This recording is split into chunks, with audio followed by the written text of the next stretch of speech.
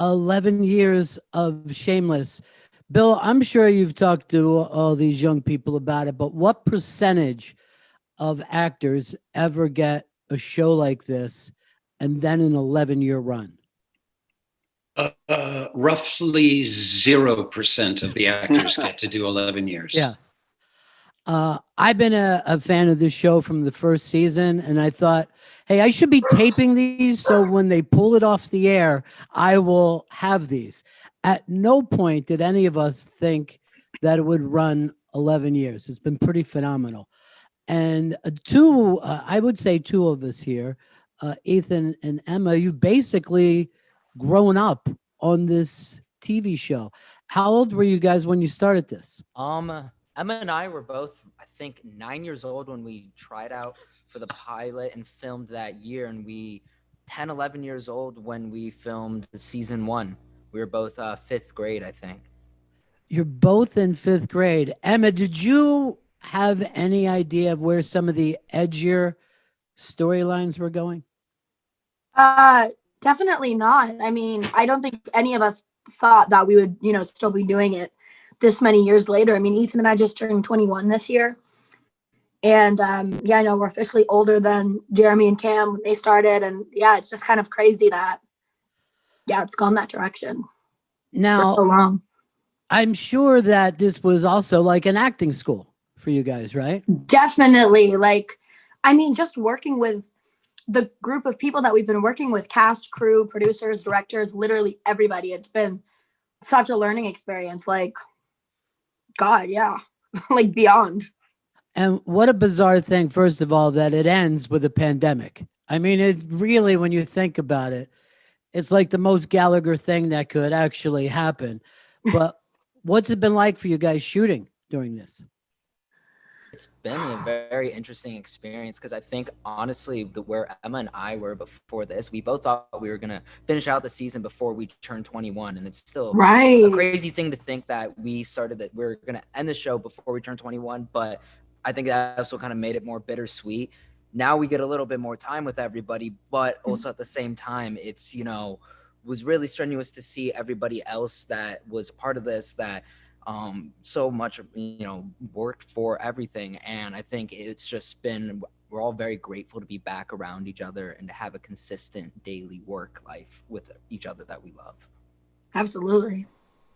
Jeremy, I imagine by this point, it must feel like family to you, right? I mean, like I said, people have grown up on the show and you guys have been together this long.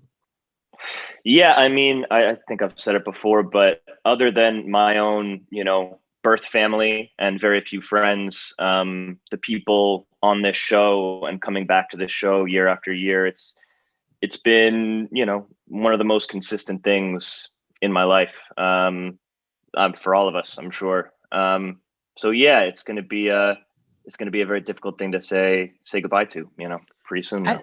I think the crazy thing, and I'll throw this one to Cameron and Noel, I've never watched an episode where I thought to myself, well, they really phoned it in this week. You know what I mean? Like they didn't take a chance or they didn't go, as far out as they could go.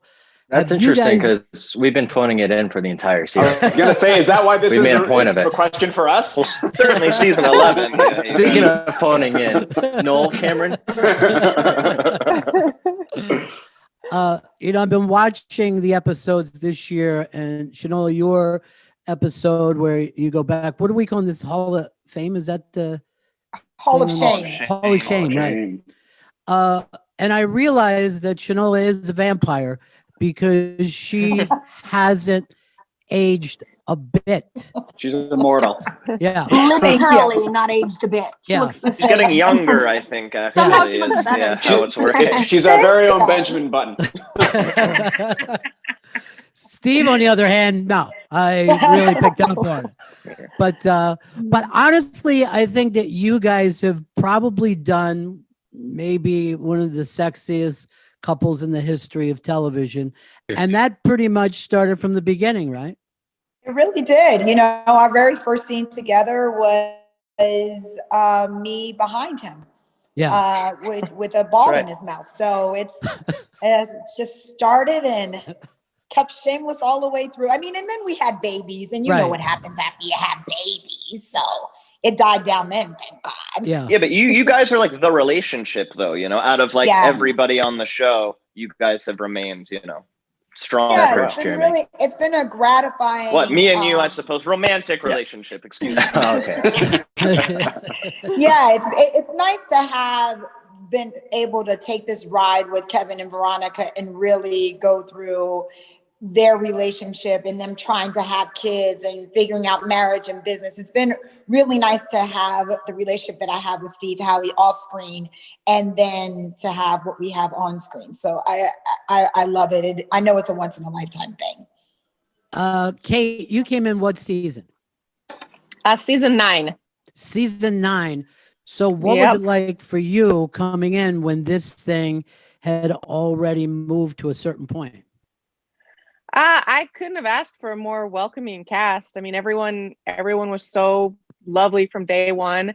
I just thought I was doing a guest star too. I think the breakdown for my character was tall girl who has sex at wedding with lip, and so I didn't expect to be there very long.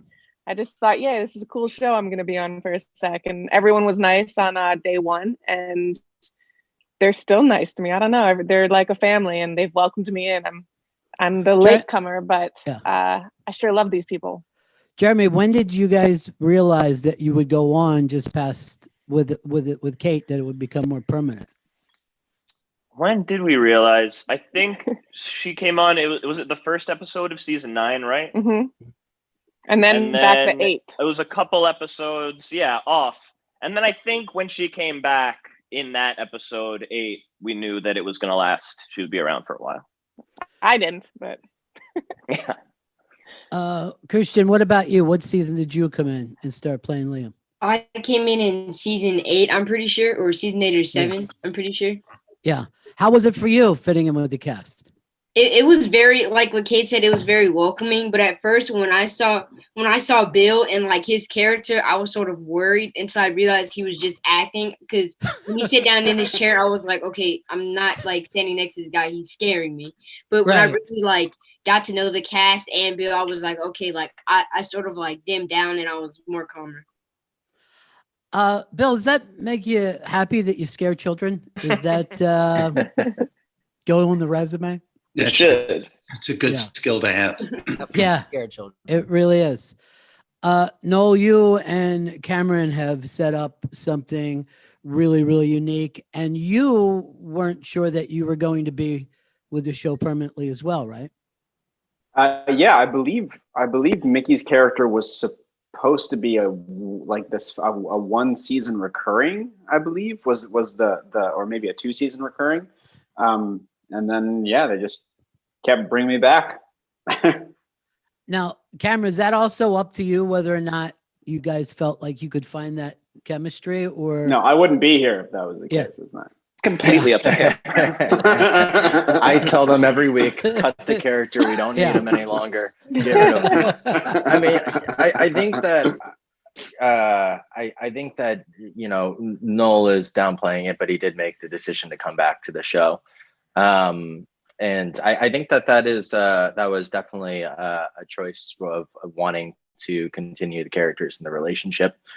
And something that we were, I think, excited to be able to return to and explore, especially having taken a couple seasons break. It was nice to be able to go back and to really finish out the stories, I think. No, you come across as such an actual street guy, but did you have this?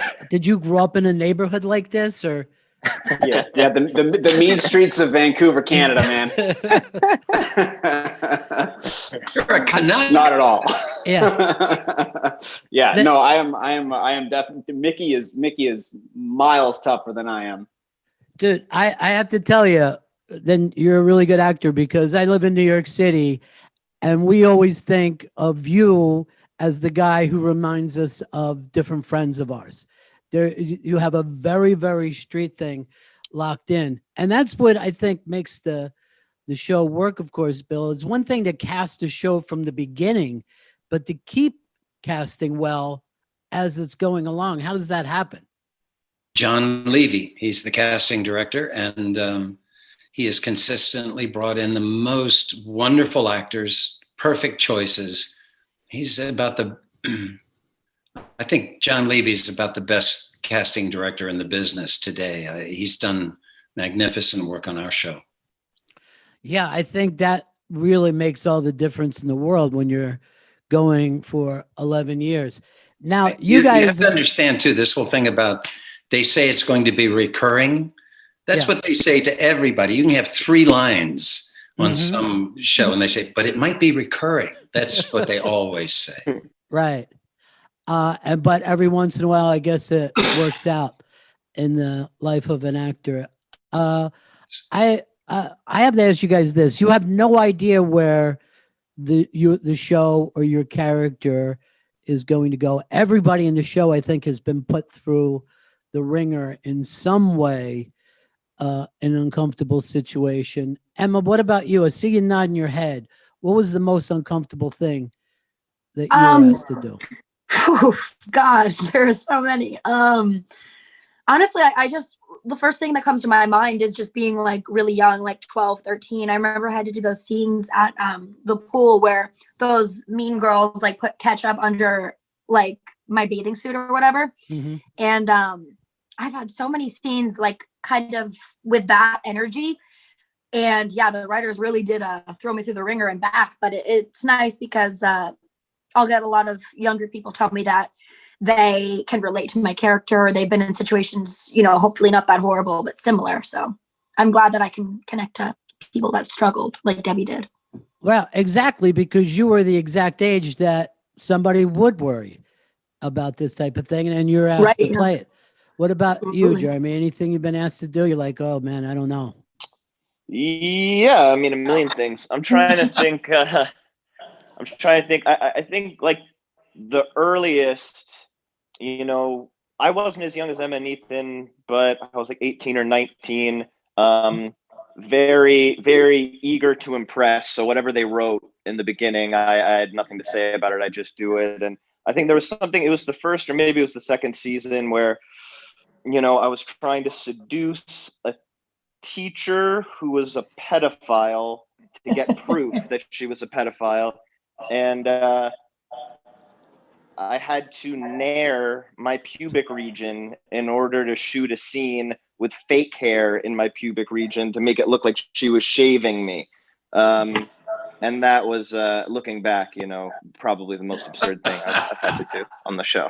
You know, just to remind me, you kind of were ahead of the news in that too. Like since that thing, there has been more female predators. You know, I mean, it's probably because of the show. Yeah, it's probably because of the show. A lot of teachers went, I got a great idea.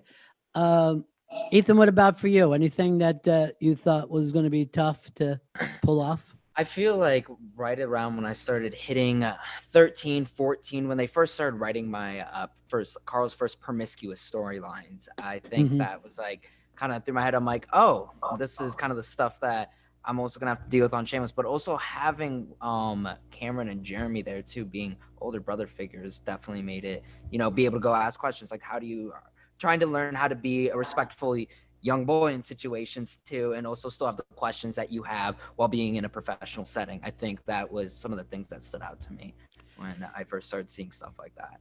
Well, yeah, I guess that's also very lucky for you to have that too, you know, to have somebody who's been through these kind of things before. Exactly. Definitely was able to look up towards them for that. So I was grateful for that. Chanel, I don't even I think have to even ask you about your most uncomfortable. I think oh, you mean because I did a threesome with my mother, Vanessa Bell Calloway, a legend from Coming to America. Yes. And it was like, it wouldn't end. It was sex scene after sex scene. You mean that part? Yes, that part. That wasn't uncomfortable. No, I didn't actually get nauseous at one point where I was like, yeah, no, it was, yeah, that would be the most uncomfortable. And for whatever reason, I think that was like one of the real highlights of the series. And I think, I don't know, it just brought in that thing that the show always has about being uncomfortable, being really funny. And I think over the course of the show, every character has broken your heart at some point. And Bill, I guess a lot of that, I mean, it has to do with these actors, but it also has to do with the writing and directing of the show. I think it does. At the end of the day, it's a family. It's a film. It's a series about family values. The family sticks together, and John Wells has to get a lot of the credit for the love in this, irrespective of how crazy the shit the writers write. There is. The family's trying to help each other. They're trying to succeed. And that's very appealing to an audience. They're good people and they're trying to succeed. So you can put them through the ringer and you'll still like it. Yeah. And you are right. It is a family show because we all have people in our family we would have never put up with if they weren't related to us. Yeah, that's a good thing. Yeah. And also it is a thing that exists, which is that lower income neighborhoods tend to be tighter with each other. There's almost something, I think, of real value there, that those people will share their problems, where you won't find that in a wealthy neighborhood. I think that's probably true. Yeah. Yeah. No, I don't think I have to ask you and Cameron if you've ever done anything that made you uncomfortable, because they don't ask much of you guys, but I would say that it's interesting though, because I feel like the uncomfortable moments are some of the most interesting and some of the best and most memorable. I think that they can be uncomfortable because of the frankness of the sexuality, the brutality of how, you know, real some of these moments get. I think one of those examples would be when Mickey's father walks in on Ian and Mickey having sex, and it becomes this weird, tragic, strange scene where he holds Mickey's character at gunpoint and forces Ian to watch while he's with a woman. There's something extremely uncomfortable, but it was also amazing on just a vulnerability sense. And I think all of our characters have had points of sheer naked vulnerability, both physically and emotionally, that I think I remember more than almost any other scene because of that reason. Yeah. And also that changes the way we at home feel about Mickey. You know what I mean? Because for a while you're like, what's wrong with this kid? You find out in that moment, and then you start to relate to him more. Well, that's one of the things that's really been great about playing Mickey is the writers did a really beautiful job of taking him from this very callous seeming hard-edged person and through moments. I mean, that would be a very extreme moment, but he gets kind of cracked open in front of the audience and in front of Ian in a really interesting way, which has been really, really cool to participate in. And then, you know, there are other kind of moments that have been vulnerable in different ways, like, you know, Cameron throwing a dildo at my face was also fairly vulnerable. Yeah. Is there any time that you thought maybe the writers were throwing anything to any of you guys that you thought may change the character in a way that wasn't even so much uncomfortable, but maybe you weren't as happy with? I had one. Yeah. I had one. I thought it was just a bridge too far, and I protested. But I take great pride in that there's only one. Everything they've asked me to do, I've done. And some of it I didn't. I'm a Lutheran from Western Maryland. I didn't even know this stuff existed. And I've done it all. There was one time I thought it wasn't funny, and I said it, and that was that. But only once. Yeah. What about you guys? Have you said no more than once? I've never said no, and I pat myself on the head for that one. You deserve. I haven't said the word no, but I've asked questions. But I think that's how, you know, I mean, I don't know about you guys, but I feel like because our show has gone on so long, I feel such a crazy ownership of Lip that it is, you know, sometimes difficult to read things that might not line up with my narrative, you know? Well, Also, the interesting thing about Lip, too, I think, is because he's so smart that it almost breaks your heart a little more when he's going through bad choices. I mean, when you really think, if you were to explain this show to somebody, I don't think I would do a good job of explaining how complicated each character is. And I think about that with Lip all the time. Like, he could be anything. You know what I mean? Yeah. He could be, but here he is. Yeah, I mean, it's heartbreaking for all the characters, though, Yeah. because again, people are tuning in to watch these characters who could all accomplish, quite a lot, but people are pretty much tuning in to watch them fail over and over again. That's how we've been able to do the show for so long. If any of us kind of succeeded too much, the show would kind of be over. You got to push that rock up and then have it roll back down again. I think that's Right. the key to it. Kate, was it easy for you to jump into the flow, or did it take a little while? It was pretty easy to jump in. They also pretty quickly started I think both Jeremy's and my character started kind of mirroring our lives. Like, they gave us a baby and we both just had a baby. And so it was actually really interesting to get in the flow that way, where this character is going through what I have just gone through in real life, but in a more heightened way. But still, I just had a kid, and there's throw up in my hair, literally going to work, and then they're like, "We're gonna put throw up in your hair," and I'm like, "Okay, more throw up, okay, like let's go." Yeah, keep it going.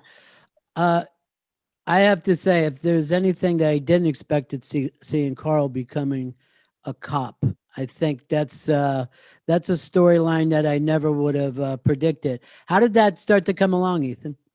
I feel like Carl's wanting to become a law enforcement officer started around the time that he started going to military school. But once he realized that he wasn't going to be able to go through West Point, and another thing, again, showing the vulnerabilities of the character through this stuff too, but also this character now becoming officer of the law this year, but also doing it for the reasons of his community and wanting to be someone who's a protector of the community that he's grown and loved and is a part of.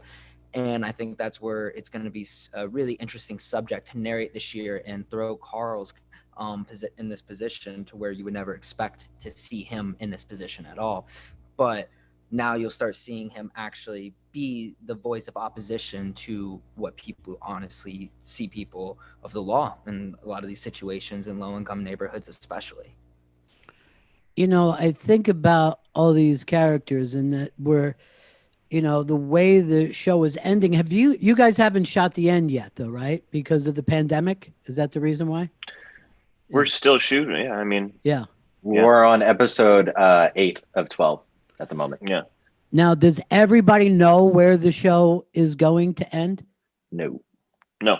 That's fascinating. Are any of you guys nervous about it, or are you, Bill? Anticipated excitement. Yeah. It's been interesting. There earlier in the seasons, I would meet with John Wells and I would get basically the arc of the season from John, what Frank Gallagher was going to do. And then in about season 6, for various reasons, I stopped doing it. And it's turned out to be, I think, better. There's great power in getting a new script and you read it and you think, mother of God, I didn't know that's what we were going for. And those surprises, I think, can be really good for you. Yeah, it's kind of interesting too to like read scripts when you have no idea like what's coming, because that's kind of just like life in general anyways. Right. That's, kind of cool. Jeremy mentioned it at a point, the difference between the actor and the character becomes finer and finer and finer. The writers start writing in our voices. They start writing to our interests. And we become the characters. And so that comes with a real danger. We might go to the writer's room and say, please cut this. I don't like it. And we're correct not to like it because it's our job to protect our characters, and we know our characters very well. But the truth of the matter is we're not supposed to like it. Right. That's why they put it in. It's called drama. Well, there's also, because I know people would always, play the game of where this show is going and how it's going to end. But in some way, I feel like the Gallaghers are going to outlive the show. You know what I mean? Like, whether we lose a character or don't lose a character, you kind of see this family going on now, we see, for generations. And I thought one of the interesting things that happened with the show is that when Fiona left, you saw Debbie slightly move over into a different role than she had before. And I remember thinking, that's just how families are, People take on these roles, whether they're even conscious of it or not. And it does seem to me, it's always the women who hold families together. It's always sisters. You're like, oh, the sisters want us to all show a grandma's. And I think that's the thing about the Gallaghers that are so interesting, is those women have all been much more powerful than meet the eye from the beginning. Shanola, you did plenty of acting before this show came along, but how surprised were you to see it get this kind of run? I don't think anyone expects that they're going to be sitting here saying, oh, in our 11th season. No one expects that. I will tell you this. The difference, and we've told this story sort of throughout the years, but there was a synergy that was created the very first week that we all got together, where we did not start shooting, and we spent a week just hanging out in the Gallagher house and going to play putt-putt and doing Guitar Hero. And in that moment, I knew that there was some greatness, that there was something really special about this group of people. I think that's why our audition process was longer than most audition processes are, because John Wells has said himself that he wasn't just creating characters. He wanted the people and the layers of the human beings that were going to be working together to have this synergy. So I thought at that time, that it was going to be like 5 seasons for sure, and which is a big deal. Giant. That's a successful run. So I knew it was special. I knew it wasn't going to be a one-offer.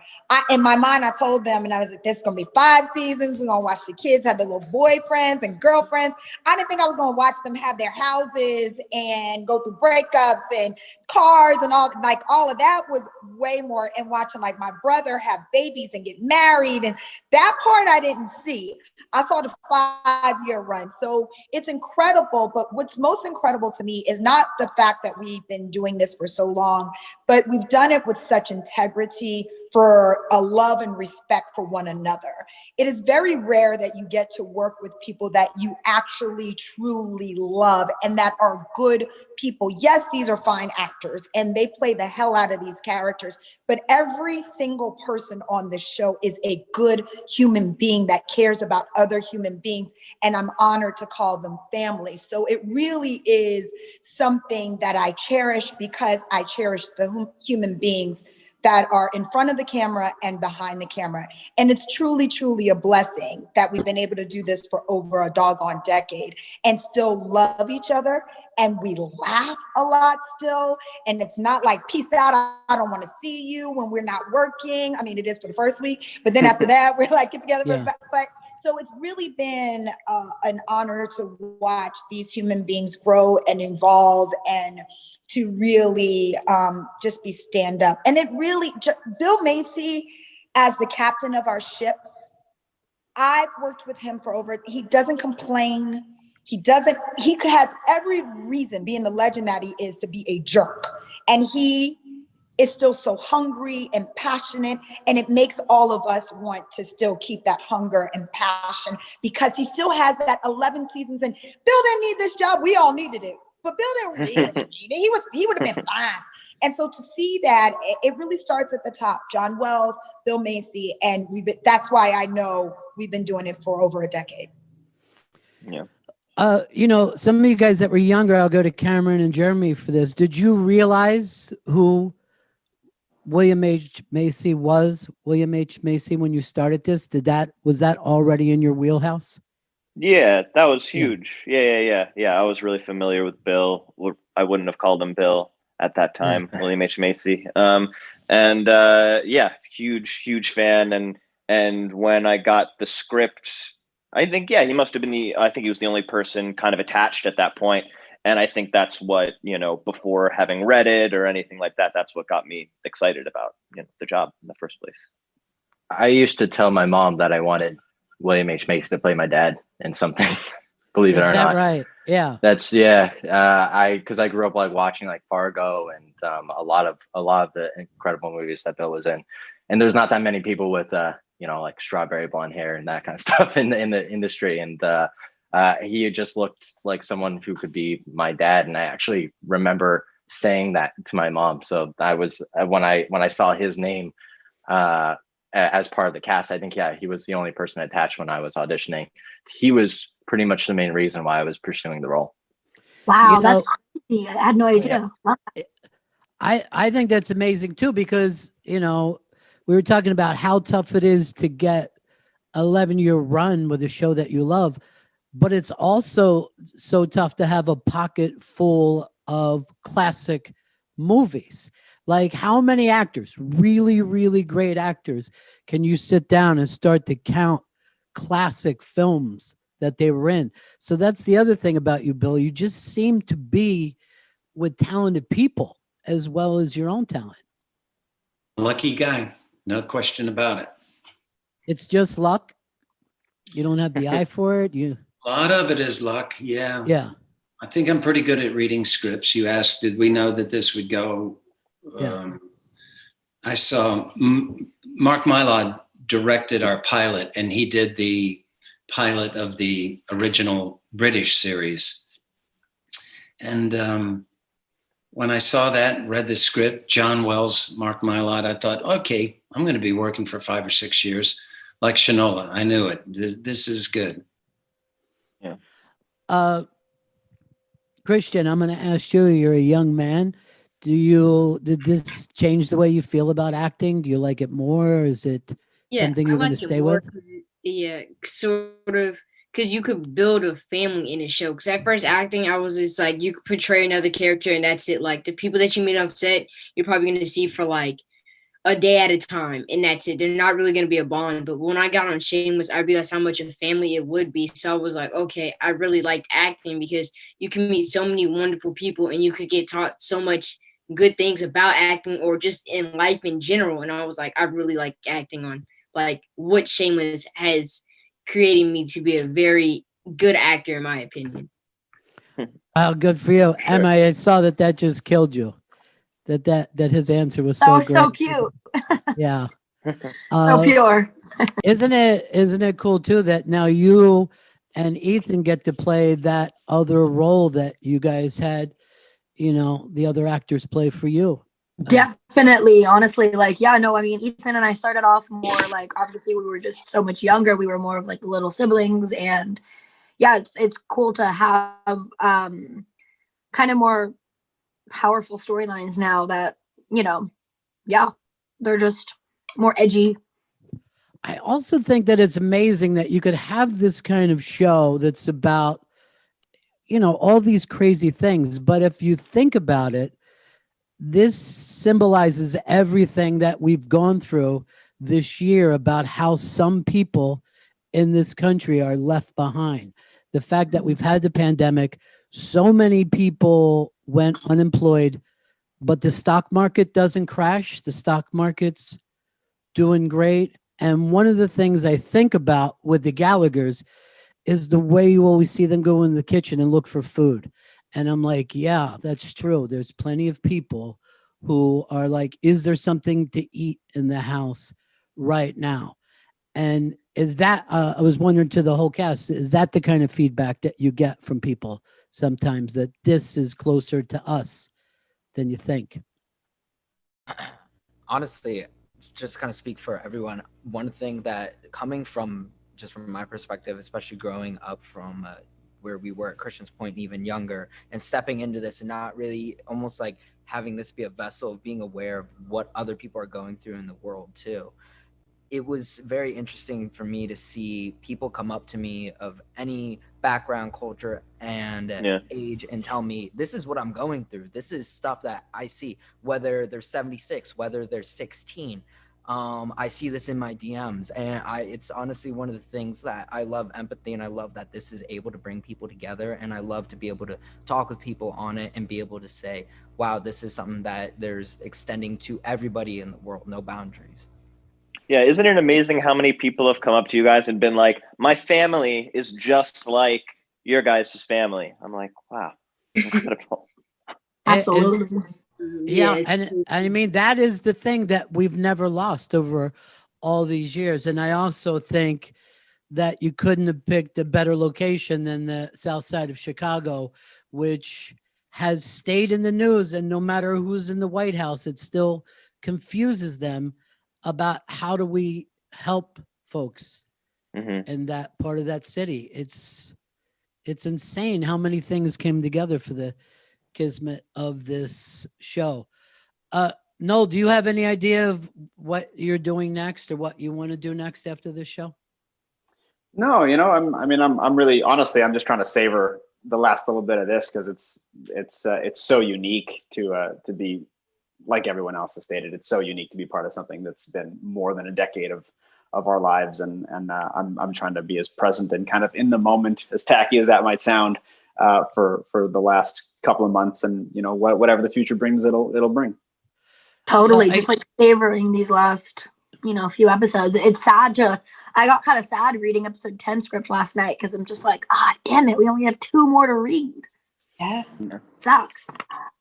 Was there any bad years for any of you guys when you thought, oh, I don't know where this is going, or whether, especially you guys that grew up doing this or started when you were young, at any time you thought to yourself, is this something that I still want to do? I asked myself that question when I was in high school, going to public high school. I said, is this something that I want to do, only from the factor of that I also still want to be able to retain where I grew up and be able to stay in that reality. And I know, because Emma and I both went to public school throughout the whole time. And I think that was a very difficult, but also difficult to juggle those two lives, almost being able to have friends from where I'm from, a 13,000 person town, going to LA, seeing this professional industry and all this stuff. So I think it was a little overwhelming in my head at certain points to say, I would need to make sure that this is something I want to do. But I was written off for 2 episodes at that point, but then decided, I was like, I'd like to stay here with these guys. I also think with you, Ethan, to be growing up this way, and I know you got into music and you got into clothing design and all, and I was thinking this, Bill, that's something that wouldn't have been open to you as a young actor. Like people wanted to keep everybody in a certain lane, and sometimes you're like, if you paint, you can't play guitar, and throughout the years, that's kind of opened up a lot more for the young people. Yeah, 100%. Yeah. So we're coming into the last couple of episodes of this show, and is it in the back of anybody's mind that they might be thinking, hey, where did the Gallagher's show up 5 years from now or 10 years from now? Could you see this becoming a movie or maybe a short series again? Would you guys be open to it? Yes. Yeah, I'd love that. Yes. Hands down. Oh my gosh. Why make a short movie? Keep the series going. Yeah. Me coming back. Yeah. Than a 2-hour movie. Yeah. Yeah. Well, I also think one of the interesting things that happened for you guys is like Netflix wasn't even streaming when you started this, as far as I know. And then you got that, you kind of caught that wave after your first wave. What did that feel like? Well, yeah, I was going to say that must have really been something, especially for like Emma and Ethan. I feel like, the show was a success on Showtime, but it we weren't getting kind of like stopped on the street or anything. And then I feel like, like Cameron and myself and Shanola, and obviously like Bill had already had his very long, career, but we've been able to grow up a little bit. But then, I feel like Emma and Ethan, right at like 17, 18, there was this like brand new popularity for the show that must have been kind of like difficult to navigate, you know? I'm kind of glad that it came a little bit after high school because, you know, when I went to Real Public High School in New Jersey, like kids would call me Debbie in the hallway and, you know, Right. be like, my parents watch you on TV. And it was kind of just a, you know, a bit of a hassle. So I guess it came at a good time for me. Hey, Hollywood, pay attention. We're going through a Oh, yeah. second. We're going through a second surge too, because everyone was sheltering in place and they Right. were watching TV, Yeah. and a whole new group of people have discovered the show.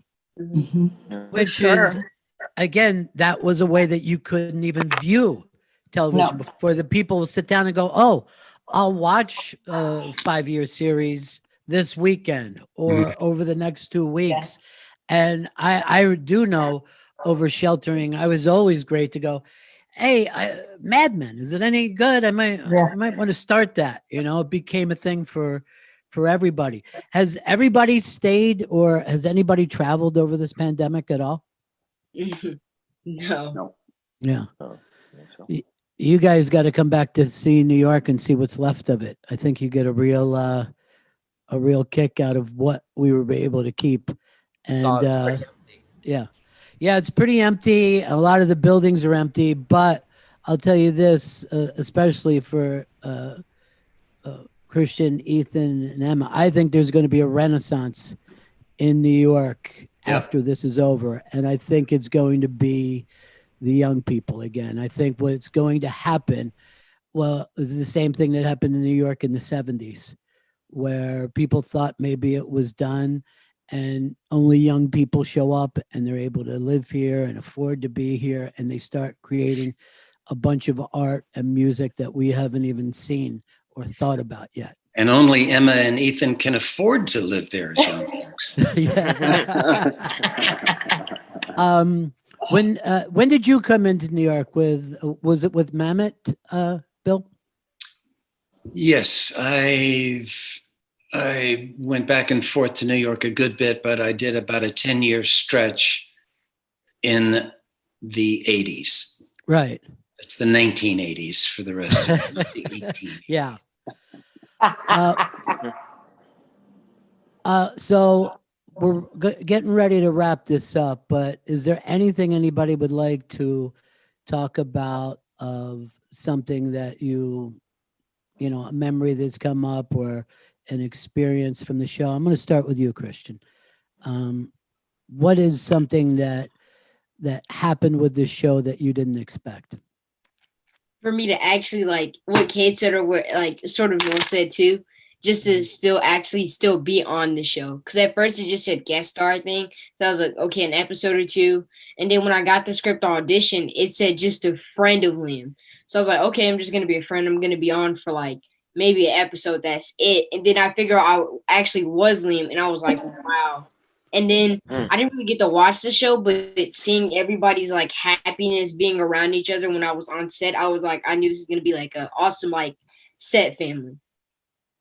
That's so sweet. Kate, what about for you? What are you going to take from your experience with this show? I was just surprised how connected everyone was and just the family atmosphere of being on this set. And I hope that can be replicated again in another project, but it was definitely unexpected. And it's my favorite thing about being on this show is how amazing all the people that work on it are, and what a family they are, and how much they just truly care for each other. You don't think that way when you think about Hollywood so much. And so I don't know. I've never worked with people that I admire so much as this cast. You know, I wonder if a big part of that has to go that it's been a successful show. That with a lot of shows, if you feel like you don't have it and you're scraping or something doesn't work, it takes away from all that other experience that you could have. Yeah, I think if it was a terrible show, maybe everyone would be in a bad mood all the time. I don't know, but it's not. Also, I think Shanola said how everybody's always great, but Shanola's kind of like everybody's mom on set too. Oh, even to the newcomers, she just like she's like, okay, tell me everything about you, and I've got your back, and don't worry about anything. And I was like, okay, wow, can I follow you? Can I just do everything you work on, please? Be careful because she's a vampire. There is something about her. No, what are you taking away from this show? It's not so much what I'm taking away. I think it's more that I'm, to just echo everyone else's sentiment. I think that like, I feel incredibly blessed that I got to know this group of people.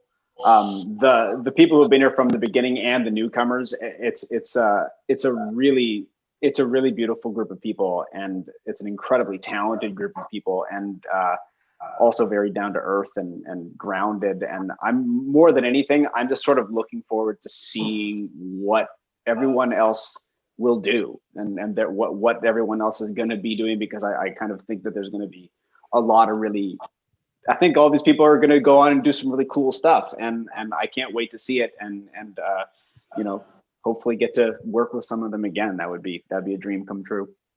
Well, I'm going to agree with you that there's so much talent just here right now, but I cannot imagine Shameless without Mickey and what you brought to Ian's character, and the way that was something we never saw on television. And sometimes you look for things that you already know, but when you find out something that you've never even realized before, and that's the chemistry that you guys brought to this, it's been unbelievable.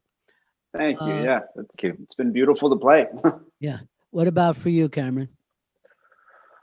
Well, I guess I wanted to echo and sort of reflect on something that we said a little bit earlier, where we talked about how a lot of people come up and say that they relate to some aspect of the show. I think that a lot of these themes, America is a pretty different place now than it was at the start of the show, but a lot of these themes will just forever be in the fabric of the United States, poverty, disparity, and then also things like mental illness, homosexuality, like alcoholism, all these different aspects of these characters. And I guess I just want to say that I really appreciate how people have gravitated and related to these stories and to these characters. And the fact that we were able to, in some way, kind of make light and joke about these things that are tough. And the fact that our audience has been so supportive, and we wouldn't be able to be here 11 years later if it wasn't for them. I think that I just wanted to say thank you to everyone else. It's been such a joy for us to be a part of this for 11 years, and it's definitely made us the people that we are. So thank you for giving us the opportunity. And I don't know if you could have looked for that when you were younger, but if there isn't that truth, if it didn't ring as true with people, you certainly wouldn't be here 11 years later. And I think that's what connected. Emma, what about for you? For me, I think when I started the show, I was 9 years old. I was somebody who I was just kind of coming into my own. I think that being on the show for so many years and watching all of the character arcs and on and off screen, it's kind of made me realize that, like, maybe embarrassing moments or feeling shy or just all of these things that I used to kind of feel a little bit bashful about, they're really beautiful. And it's been really empowering for me to kind of come to that realization and bring those feelings to life on and off screen. And I'm just really grateful that the whole group has kind of just empowered all of us. I just used that word 3 times, but it's how I feel. Emma, to be a shy kid, and you said you were very shy, but what drew you to acting when you knew that? Maybe shy is the wrong word. It's not even that I was shy, but I was just more bashful and maybe more shy and not as forthcoming about my feelings, if that makes sense. But now it's just like feelings are human nature, and I think that's beautiful. So it's kind of helped me come into my own a lot. Chanel, what about for you? There's a couple of things that I take, but the most important is a lesson that I learned from working with William H. Macy, and that is to stay hungry and humble. It is easy for people to act badly in this business, to feel entitled, to feel like they have a body of work or a talent that allows you to mistreat people. And Bill Macy has never, ever, ever been an example of that. And he still has such a hunger for the business. And I've learned that I want to make sure that I take that hunger and that humble spirit with me in all of the things that I do, and all of the projects that I work on. And that when I am the captain of the ship, that they are saying that about me, and that those lessons they take to their next jobs, because it is something that keeps giving and giving and giving. And he is the reason why his work has spanned across decades, because of who he is as a human being. So that I will take with me for life, in this career and in my life. And this family, I'll take all of them with me in this experience, and it will never, ever be duplicated. But there is something about each one of us having this experience and knowing that it is possible in this business, in Hollywood, to have pure people doing great work and being great human beings. So I hope that each of us, as we go and we leave this journey, that because we were all able to experience this, that we take it and give other people some version of that purity. And that's what I hope. Wow, that's very, very sweet. Jeremy, you're leaving Lip behind. Yeah. I mean, I think I have to echo, what everybody's saying. There's a tremendous amount of gratitude to, the show for just existing. I think, I've been able to kind of like cultivate a passion and a love for this thing because of the writers, directors, producers, and my fellow performers. And I think at the end of the day, it's these relationships. It sounds, I know we're repeating ourselves and maybe it sounds silly, but I care for everybody here so much. I will always care for them. And when I got into this show, I didn't know that was something you could take away from a job, really, that you could carry with you forever. And I think it's something that I will, the love for these folks. That is an amazing thing, of just being able to finish it the way you guys want to. Most people finish everything before they're even aware that it's over. They just find out one day that it's over. Bill Macy, my friend, congratulations to you. What would you like to say to these folks in public here? It's been magnificent to watch them grow up to become magnificent actors. We all got a lot better. We got our 10,000 hours in. I'm a better actor than I was. Wish I'd done this in my 20s rather than my whatevers.